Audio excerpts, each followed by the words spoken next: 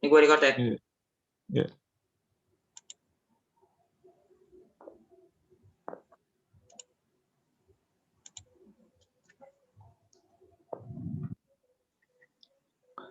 Nah, oke.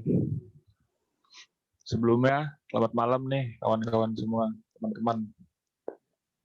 Dan terutama dosen kita PK. Makasih sebelumnya udah mau menyempatkan waktunya untuk melihat diskusi kita hari ini pada tanggal 5 April 2021 untuk membahas tentang jurnal yang sudah kelompok kami pilih, yaitu Jurnal Perspective Multi-Access Channels, dengan kami yang beranggotakan 2 orang. Sebelumnya perkenalkan saya sendiri, nama saya adalah Igede Kapalguna. Lalu ada teman saya. Iya, nama saya Arga Widya Samudra. Oke. Sekarang kita langsung aja nih bahas jurnalnya, yaitu Perspective Multi-Access Channel, di mana jurnal tersebut terdiri dari 79 halaman. Dan kami sudah berusaha untuk meringkasnya, yang menurut kami sudah sedikit ringkas walaupun halamannya masih banyak, menjadi 9 halaman. Oke, langsung aja nih, Gak, buat bahas bagian per bagian. Karena sebelumnya kan kita juga udah diskusi buat bagi tugas masing-masing nih buat jurnal ini. Jadi gimana kira-kira menurut Arga sendiri nih tentang jurnal 9 ini? Mungkin ada penjelasan yang mau Mulai aja dijelasin? kali ya dari pendahuluannya ya. Iya, langsung aja. Iya, pendekatan teori informasi multi-akses dimulai pada tahun 1973 dengan teorema pengkodaan yang dikembangkan oleh Aswedi dan Liao. Pekerjaan ini juga telah digeneralisasikan dalam banyak hal dan telah membuka area terpisah dari masalah penelitian. Ringkasan dan deskripsi yang sangat baik dari penelitian ini diberikan dalam pendekatan ini. Aspek kebisingan dan interface dari saluran multi-akses dimodalkan dengan tepat. Tetapi kedatangan pesan secara acak diabaikan. Ketika pesan berhasil dikirim, urutan atau bentuk gelombang yang diterima kemudian akan menjadi beberapa fungsi kebisingan dan apapun yang sedang dikirim oleh pemancar aktif. Tampak untuk mengembangkan pemahaman di bidang ini, pertama-tama perlu dikembangkan pemahaman tentang pengkodaan, dalam kurung sebagai lawan dari teorema pengkodaan. Dalam lingkungan multi-akses, pemahaman ini harus melibatkan decoding dengan adanya beberapa pesan yang dikirim secara bersamaan, karena jika tidak, masalahnya hanya akan berkurang menjadi resolusi konflik dengan pengkodaan yang ditambahkan untuk transmisi yang dapat diandalkan tanpa adanya konflik. Ya, mungkin bisa dilanjutkan dengan Eka. Nah, selanjutnya, dari sudut pandang yang lebih praktis, teorema batas penggunaan tunggal dari teori informasi menarik. Karena keduanya memberikan batas atas pada apa yang dapat dicapai, dan karena batas tersebut biasanya tidak terlalu jauh dari apa yang secara praktis dapat dicapai. Namun, untuk saluran multi-akses, interval membutuhkan waktu yang lama agar kedatangan sumber tampak diperhalus, biasanya jauh lebih besar daripada penundaan yang dapat toleransi. Adapun sebaliknya, interval waktu yang diperlukan agar pengkodam menjadi efektif, yaitu waktu untuk menghilangkan kebisingan, biasanya lebih kecil dari penundaan yang dapat ditoleransi. Apa yang dibutuhkan kemudian adalah model teori informasi yang entah bagaimana menghalangi kemungkinan memaksakan penundaan yang lama pada pesan sumber. Oke, sekarang udah selesai dari pembahasannya nih. Mungkin kita lanjut bahas bagian selanjutnya. Lanjut nggak? Oke. Maksudnya bab kedua dari pembahasan itu pendekatan teori informasi. Teori pengkodaan teori informasi menangani pertanyaan tentang seberapa banyak data dapat dikomunikasikan dengan andal dari satu titik atau sekumpul titik ke titik lain. Atau sekumpul titik diasumsikan secara diam-diam bahwa sumber memiliki reservoir data yang tidak pernah kosong untuk dikirim. Dengan demikian, hasil teoritis di area ini tidak menjawab pertanyaan tentang penundaan yang muncul dalam sistem multi-akses karena waktu kedatangan data yang acak untuk ditransmisikan. Hasil paling mendasar tentang saluran ini adalah teorema pengkodaan karena Aswidi dan Liao membiarkan Q1 dalam kurung X dan Q2 dalam kurung W adalah tugas probabilitas masing-masing pada abjad input X dan W. Tentukan wilayah tarif yang dapat dicapai sebagai lambung Cembung dari himpunan pasangan tarif R1, R2 yang untuk seberapa pilihan penugasan Q1, Q2 memenuhi setiap pertidaksamaan.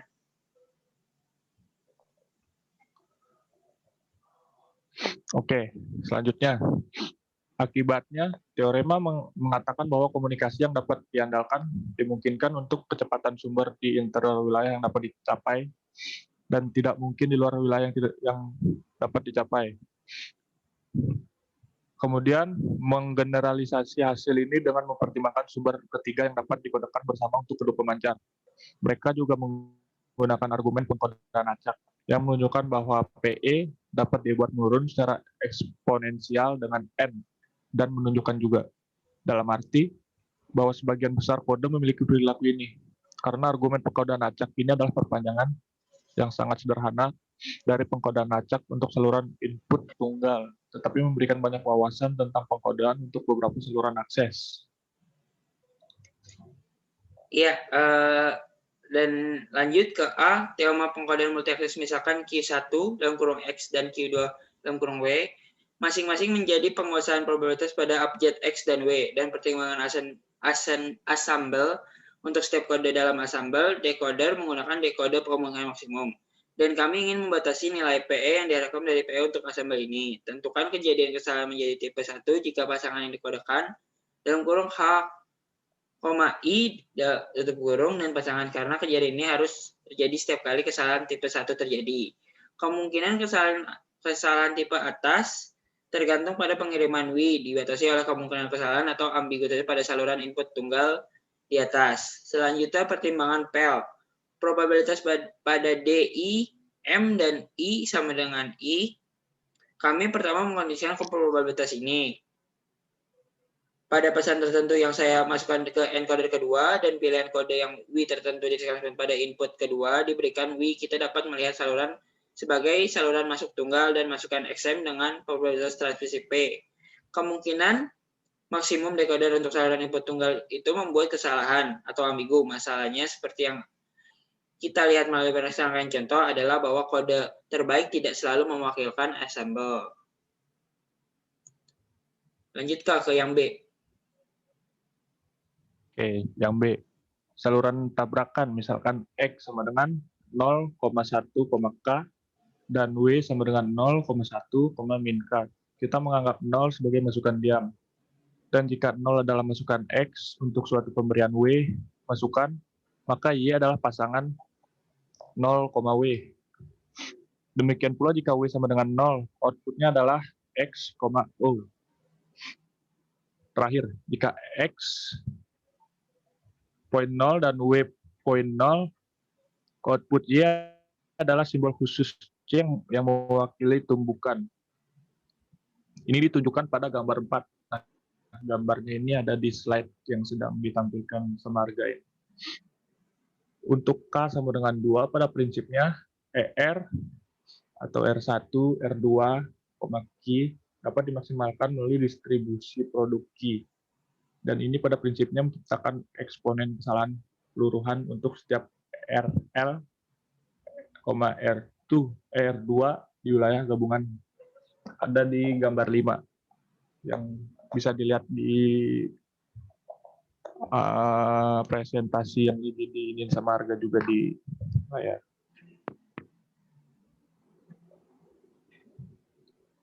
Lalu jenis masalah yang sama ada dalam melakukan memaksimalkan ini seperti yang ada dalam menemukan wilayah yang layak.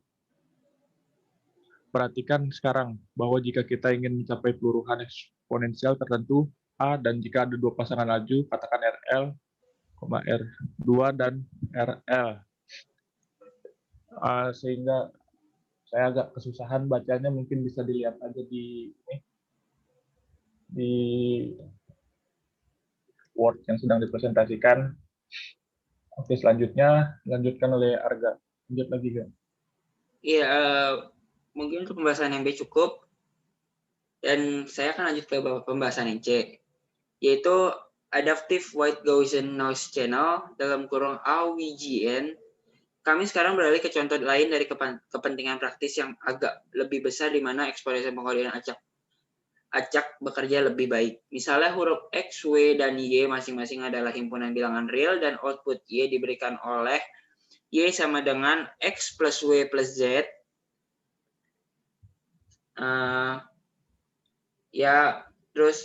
Dan di mana pertimbangan eksponensial pengkodean acak untuk saluran ini menggunakan distribusi Gaussian di atas untuk X dan W. Kita dapat dengan mudah menghitung EOI dalam kurung P, Q dari gambar 2,17 yang ini. Dan mengganti jumlah dengan integral jika setelah membatasi X memiliki energi NSI dan W memiliki energi NS2. Kita kemudian membatasi X plus W untuk mewakilkan energi N dalam kurung SI plus SD. Kita kemudian akan membatasi kata-kata kode dari kedua kode menjadi ortogonal yang sesuai dalam kurung pada saluran waktu kontinu ke multi explain divisi frekuensi yang dibahas sebelumnya. Lanjut, Kak. Oke, pertama kita mengamati bahwa batas probabilitas kesalahan yang dievaluasi di bagian terakhir berlaku sama baiknya untuk ensemble kode linear. Argumennya sama dengan di gambar 10 bagian 6.2. Secara umum, kode linear biner dapat berupa dihasilkan oleh setiap pemancar. Dan subblok dari digit biner ini dapat dipetakan banyak ke satu atau ke banyak di saluran tersebut mungkin. Masukkan alfabet sehingga mencapai frekuensi penggunaan relatif yang diinginkan dari berbagai huruf masukan. Batas pengkodean acak untuk kode konvolusional juga telah digeneralisasikan dari saluran input tunggal ke saluran multi-akses. Ada di gambar 16. Dengan jenis eksponen yang diperbesar yang sama seperti yang terjadi pada saluran masukan tunggal. Dengan demikian, tidak ada masalah dalam menghasilkan kode yang baik blok maupun konvolusional. Masalahnya seperti saluran input tunggal adalah dengan decoding. Oke, selanjutnya ada. Ya, mungkin untuk pembahasan yang bab kedua itu untuk cukup sampai di situ aja ya, Kak ya. Ya, kita lanjut langsung ke teknik decoding di pembahasan bab ketiga. Bentar, saya cari ininya dulu. Nih. Teknik coding sementara pengembangan teoritis dari teorema pengkodean untuk saluran multi-akses cukup maju. Sangat sedikit yang telah dilakukan sehubung dengan teknik umum untuk pengkodean multi-akses.